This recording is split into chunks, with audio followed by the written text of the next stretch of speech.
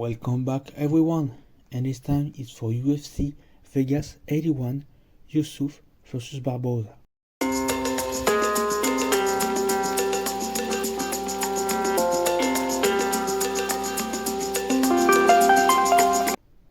Now, as usual, we've got a main card and a prelim card. The prelim card got 6 fights, and the main card got 6 fights as well. And we start in the women's strawweight division as Ashley Yoder takes on Emily Ducote. For this kind of prediction review, I'm going to go fast and not waste time. I know there's a lot of fighters making their debut, but I'm not going to develop on that. So first fight of the night, Ashley Yoder, Emily Ducote in the strawweight division. I'm going to go and pick Emily Ducote to get the win, maybe in submission or a finish win in the second round.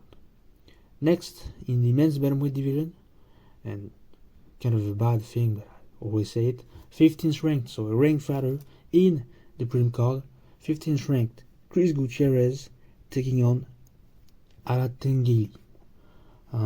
Same as for the previous fight, I'm going to go and pick Chris Gutierrez to get the win by a finish, maybe a TKO on this one. Pretty sure Alatengeli is making his debut, but like I said, I'm not going to develop on that.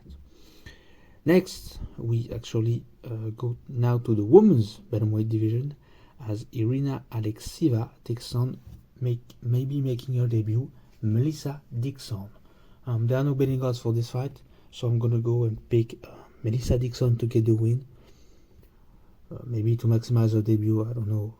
I don't know a lot about Irina Alexieva, but I think she lost her last fight, so yeah. No, she actually won the last fight. Well, I guess we have to see for this one.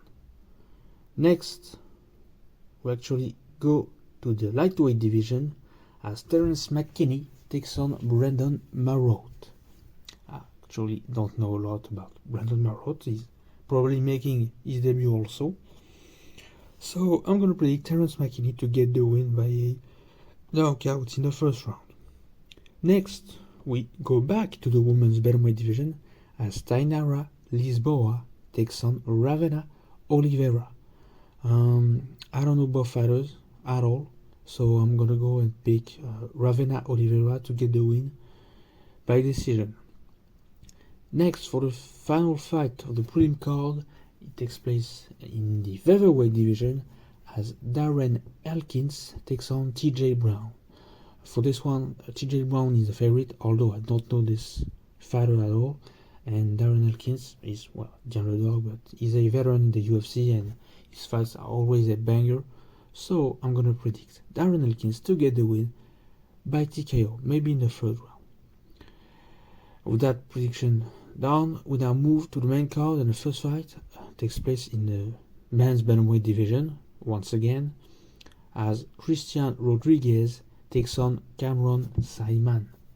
And this is why I was upset that a ranked fighter was fighting in the prelim card while a fight in the same division as the ranked fighter in the prelim card is on the main card, if you understand what I said. Anyway, no ranked fighters in the main card, but a ranked fighter in the prelim card doesn't make sense. So, Christian Rodriguez against Cameron Saaiman. Cameron Saaiman has been impressive in his last fights, so I'm going to pick him to get a win. Also, he's undefeated, so that's pretty obvious to me. He has 7 finishes win, yeah. So it's impressive. Maybe he's got 8 wins, maybe by finish. I don't know. He's undefeated, so I count him as an undefeated fighter. That's impressive, even though he's at this beginning of the career. So yeah, Cameron Saaiman, a finish win in the second round. Next, it's actually a catchweight fight. Second negative point. Catchweight fight between Edgar Cherez and Daniel Lacerda. Edgar Cherez is the favorite for this one, but I'm gonna pick and predict Daniel Lacerda to get the win, because I think I think. He has all the tools to get to pull an upset and to get a win. He has a 100% finish rate and almost a 100% first round finish rate. That's fucking impressive. Next, we actually move weight classes and we go to the 185 weight class as Andre Petroski takes on Michel Pereira. I'm a huge fan of Michel Pereira, and I mean, who isn't? This guy is not just a meme, but he's athletically impressive. What he does in the cage is insane. The flips and his attitude overall. And he's facing maybe a tougher opponent in Andre Petroski, but I don't doubt he's going to get the win. So yeah, Michel Pereira to get the win by decision. Next, we go back to the men's bantamweight division. It's the third time we have a men's bantamweight division fight for this card. It is 13th ranked Jonathan Martinez taking on 14th ranked Adrian Yanez. And I know about Adrian Yanez. I think he's a good fighter, but I don't know a lot about. I don't know pretty much nothing about Jonathan Martinez. So I'm gonna side with Adrian Yanez to get the win. Maybe a decision. I was kind of disappointed he lost to Rob Font for his last fight. But yeah, Adrian Yanez to get the win and go back to the win column. Am I right? Yeah, he lost to Rob Font back in April. Next, we actually go to the women's... we go to the women's flyweight division as 9th ranked Jennifer Maia takes on 11th ranked Viviane Araùjo. I think Viviane Araùjo is on the rise in the flyweight division, but we can't underestimate Jennifer Maia because she's a veteran in MMA and in the UFC. So for this one, it's kind of tricky. Still, as it is the co-main event, I expect a pretty huge fight, and I'm gonna predict Viviane Araùjo to get the win by decision. And with that done, we now move on to the main event, a 5-round fight taking place in the featherweight division, as we've got 11th ranked Sodiq Yusuff taking on 13th ranked Edson Barboza. And for this fight, and that's kind of surprises me, Sodiq Yusuff is actually the favorite. Not a big favorite, not a huge favorite, but a favorite in betting odds. That's kind of intrigues me, since I know that Edson Barboza is a veteran and a machine, a pretty important fighter in the UFC.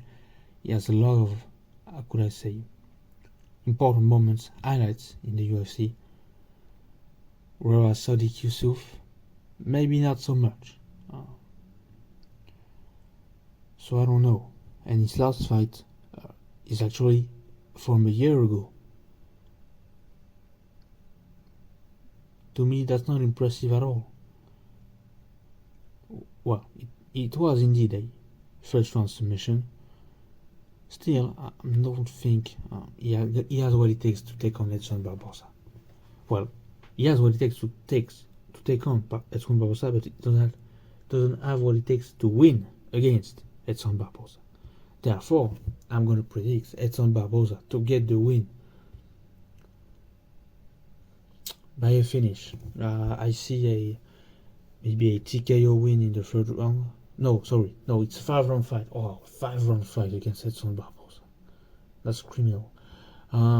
Maybe a TKO win in the 4th round. In the later rounds, I see a TKO win from Edson Barboza, and kind of keeping on the streak. How many fights is the win streak? I actually lost to Bryce Mitchell, so it will be a 2-fight win streak. Damn. So keep on the streak alive. Build a streak, a win streak for Edson Barboza. And that's it for UFC Fight Night Vegas 81. So I'll leave you there. Until next time.